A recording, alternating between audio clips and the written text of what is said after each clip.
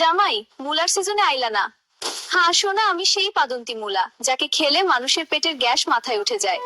আর মুলার সিজনে শ্বশুর বাড়ি গেলে শাশুড়িও খুশি হয়, কারণ ওই সময় আমাকে সস্তায় পাওয়া যায়। আর সব তরকারিতেই আমাকে পাবে, মুলার সবজি, মুলা মাছ, মুলার ভর্তা, মুলার ডাল, সব জায়গায় আমার কত কদর। এখন বলো, আমাকে কি তুমি খেতে পছন্দ করো? কমেন্টে বলে যাও তাড়াতাড়ি।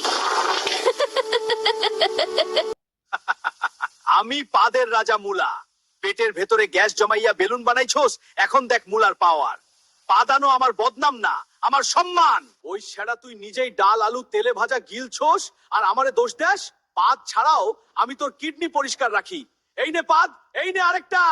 পাদেই সুখ, পাদেই শান্তি। তাই বেশি বেশি মুলা খা আর ঠুসঠাস পেদে যা। আর যখন তখন যেখানে সেখানে ঠুসঠাস পাদা বন্ধুকে শেয়ার কর। रुको, मैं बिछिया हूँ, मुझे हल्के में मत लो। मैं सिर्फ गहना नहीं, एक पवित्र रिश्ते की निशानी हूँ। मुझे यूं मत ठुकराओ।